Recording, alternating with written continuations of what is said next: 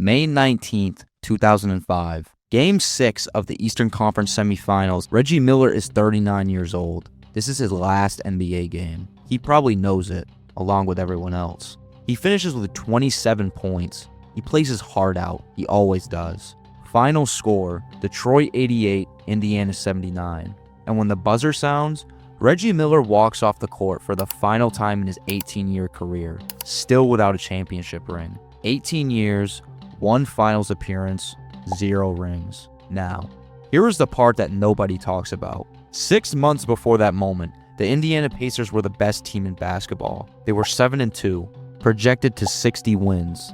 They had a Defensive Player of the Year in Ron Artest, an All-NBA big man in Jermaine O'Neal, a veteran enforcer in Steven Jackson, and Reggie Miller, finally surrounded by enough talent to end the drought. And then, with 45 seconds left in a meaningless November regular season game, a man named John Green threw a $3 cup of beer, and everything died right there in that moment.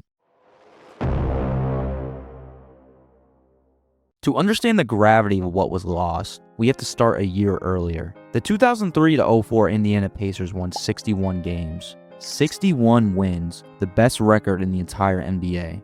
This wasn't an accident either. This was a fully constructed machine built by Larry Bird, who was then serving as the team's president of basketball operations. He had assembled something genuinely special in Indiana. At the center of it all was Jermaine O'Neal. At 25 years old, O'Neal was already one of the 5 best big men in the league. 20 points, 10 rebounds, blocking shots with a wingspan that seemed to cover half the paint. He had just made his 4th consecutive All-Star team. He was entering what should have been the best years of his career, and guarding everyone who dared to come near him was Ron Artest, the Defensive Player of the Year at 24 years old.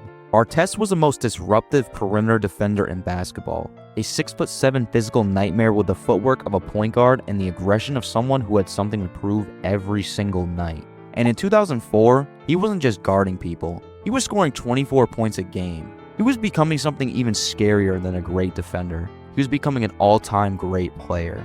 Then there was Steven Jackson, the kind of player every real contender needs. Gritty, tough, and loyal. The guy who would take the big shot and hit it. The guy who would fight for you if it came to that. And as we would discover, he meant that both literally and figuratively. And then there was Reggie.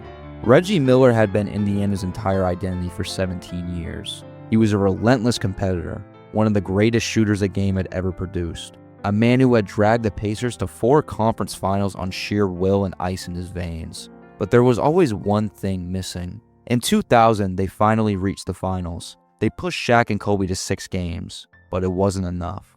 Now, in the twilight of his career, Reggie was 38 years old and announced publicly that 2004-05 would be his final season. This was it. Last chance. Everything or nothing. And for the first time in his career, he wasn't being asked to carry the team on his back. He had Jermaine, he had Artest, he had Jackson. The supporting cast was deep and the defense was suffocating. Jermaine O'Neal said to himself years later, "We didn't even know how good we were." That's how talented this team was. This was the thing about the Indiana Pacers and the Detroit Pistons in 2004. They despised each other. Not the polite professional rivalry you see today. Genuine, barely contained hatred. The previous season, Indiana and Detroit had gone to war in the Eastern Conference Finals. 6 brutal games. The Pistons won and went on to become NBA champions, dethroning the Los Angeles Lakers in 5 games. One of the biggest upsets in finals history. But the Pacers believed, and they weren't entirely wrong, that they were the better team, that they had given that series away, that if a few plays had gone differently, they would have been champions, not Detroit. O'Neal said it plainly. We felt like they were in our way. We were younger, we were better, we were more talented. Both teams had nearly identical rosters heading into 2004-05. Indiana had added Steven Jackson. Detroit had added Antonio McDyess. The bad blood did not just persist between them, it had boiled all summer long.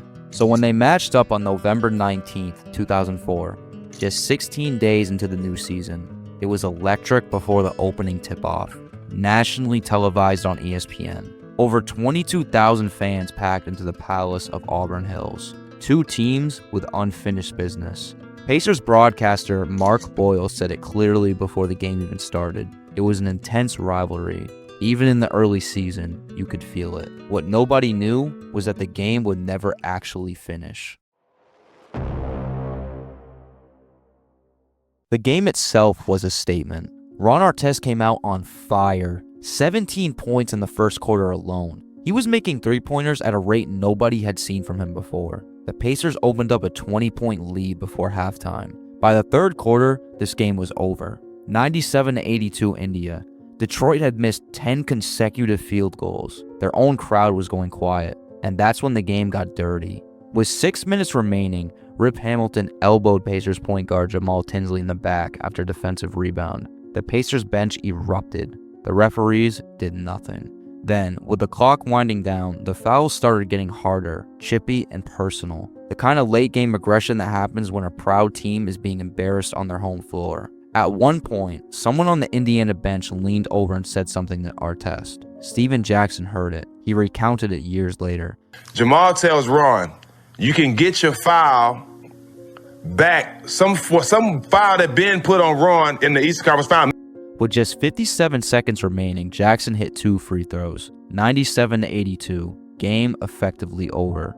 That's when Rick Carlisle, inexplicably, left his starters in the game. Artest, Jermaine O'Neal, Steven Jackson, all of them, still on the floor with less than a minute left and a 15-point blowout.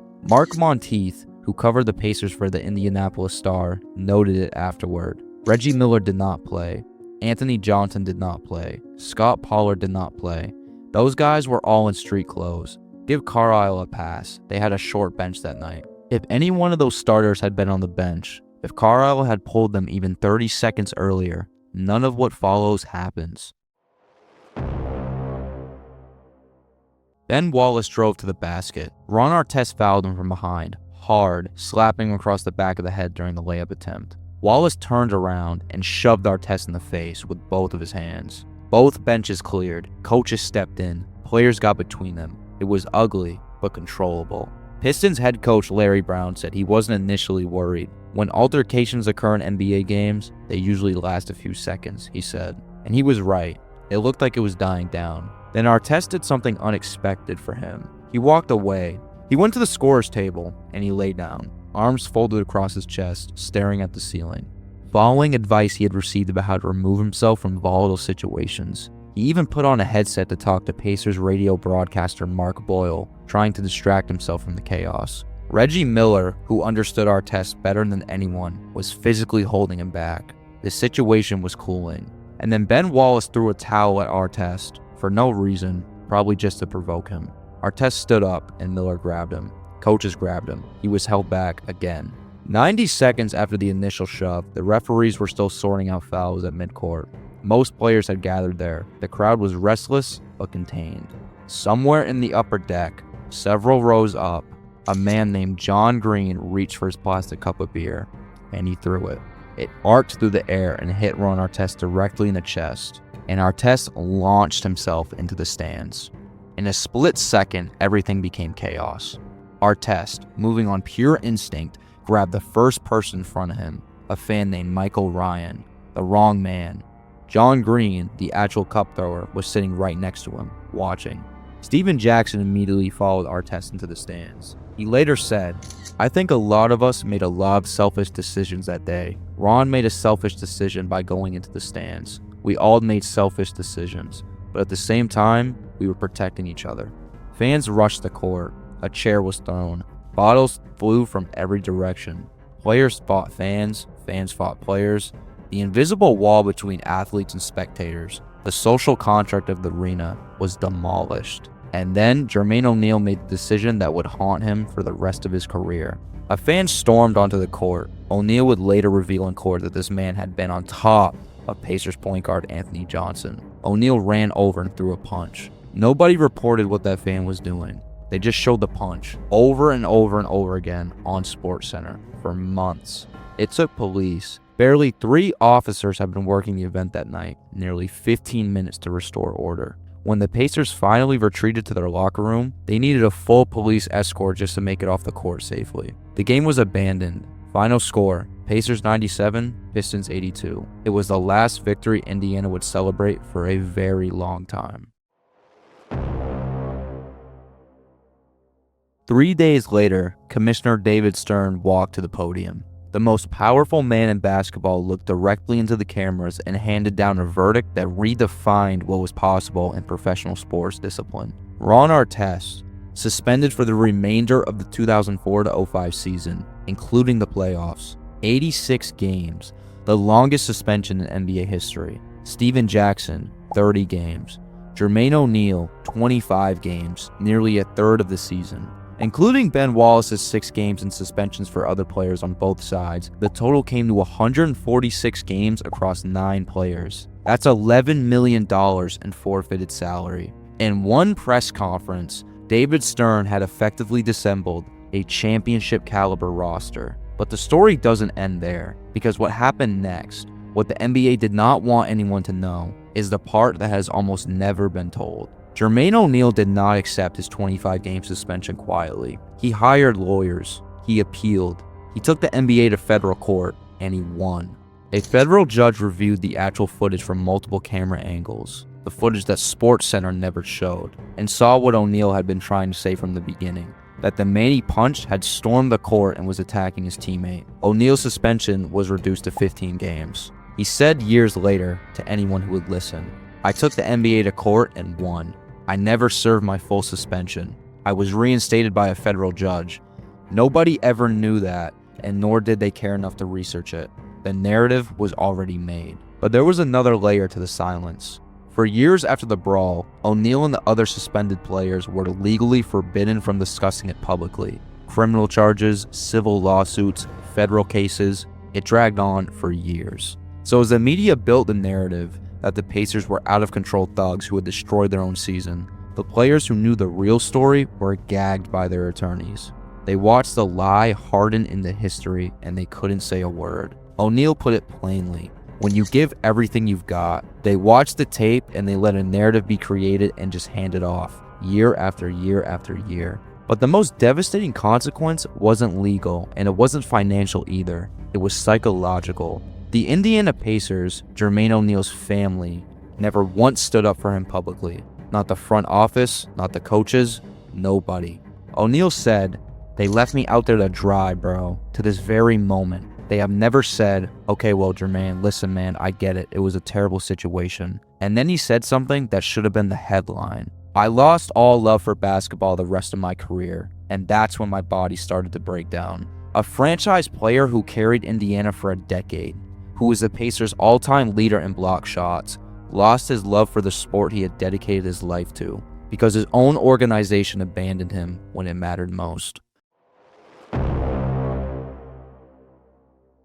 Without Artest, without Jackson, without O'Neal cycling in and out, the Pacers tried to hold together, but they couldn't. A team that had been projected to win 60 games finished 44-38. From best record in the East to fighting for a playoff spot. From a dynasty in the making to a team held together with tape and stubbornness. And then came the playoffs. Despite the gutted roster, despite the fractured locker room, despite everything, the Pacers fought their way to the Eastern Conference semifinals. Nobody expected them to get that far. And waiting for them in the second round was Detroit. The same team, in the same arena, the same court where it had all come apart 6 months earlier. For 5 games, Indiana refused to die. Reggie Miller, 39 years old, on the last legs of his career, knowing this was it, willed the Pacers through moments where lesser men would have quit. He was extraordinary. But the roster that faced Detroit in May 2005 was not the same as the one in November 2004. The brawl had done invisible damage that went far beyond the suspensions. The locker room dynamics had shifted, trust had fractured, and Jermaine O'Neal later admitted that he was never the same player mentally. In Game 6, on May 19, 2005, the Pacers fell 88-79. Richard Hamilton scored 28. Chauncey Billups added 23. The same 2 players who had beaten Indiana in the 2004 conference finals. Reggie Miller played his final NBA game that night. He scored 27 points. He was the best player on the floor for most of it. It wasn't enough though. When the buzzer sounded, Miller stood at half court for a moment. Just a second. Long enough for 18 years to flash through his mind. And then he walked off the court for the last time. No ring, just legacy. So, let's do what we always do in these videos. Let's go to the parallel universe. It's November 19th, 2004. Artest is lying on the scores table. Ben Wallace throws a towel. Artest stands up, but John Green never throws that cup at Artest. The final horn sounds. Pacers win 97-82. The teams barely shake hands and go home. Watch what happens next. With a full roster, the 2004-05 Indiana Pacers finished the season between 58 and 62 wins. They hold the #1 seed in the East. Ron Artest, who is averaging over 20 points and playing the best basketball of his career before the brawl, is a DPOY finalist, maybe even an MVP, but at minimum he is a first-team All-NBA candidate at 24 years old. The Eastern Conference Finals, Pacers versus Pistons, full strength this time. The Pistons, who won the 2005 Finals against San Antonio only after a grueling 7-game series, would face a Pacers team that had already beaten them in the regular season. A team with a healthy, hungry Jermaine O'Neal in the prime of his career. A defense anchored by Artest that no perimeter player in the East could solve. Most analysts, then and now, believe Indiana wins that series, which means Indiana faces the San Antonio Spurs in the 2005 NBA Finals. The Spurs won that championship in 7 games against Detroit. 7 games against the defending champions. Does Indiana beat San Antonio? Nobody can say for certain, but this much is certain. Reggie Miller, 18 years, 1 finals appearance, 0 rings, gets another shot at the title in his last year.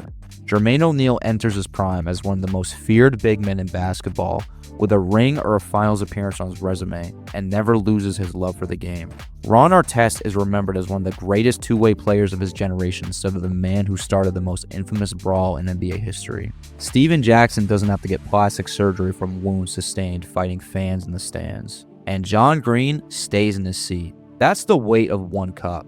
That is what a $3 beer cost the Indiana Pacers. The Malice at the Palace is remembered as a fight, a YouTube clip, a meme, a 45-second highlight of chaos that people pull up to remind themselves how wild the NBA used to be back then. But underneath that clip is a real story. It's Jermaine O'Neal, the Pacers' all-time blocks leader, sitting in Indianapolis 2 decades later, still carrying the weight of a narrative that was built in silence while he was legally prevented from defending himself. Still hurt, still abandoned. The Pacers are special to me, he said. That's why I was so hurt. It's Steven Jackson following his teammate into a hostile crowd because loyalty was the only code he lived by and getting physically injured for it. It's Ron Artest lying on a scorer's table, genuinely trying to do the right thing and having one stranger with a cup decide his fate. And it's Reggie Miller, 18 years, every single one of them spent in Indiana. More heart than almost anyone who ever played the game. He said he had no regrets. Maybe he didn't, but the rest of us are allowed to wonder. 1 cup, 1 second, 1 dynasty that never got to begin. That's how it all ended. Thank you for watching Court Chronicles. If you like watching deep dives in NBA lore, subscribe for more, and I'll see you in the next one.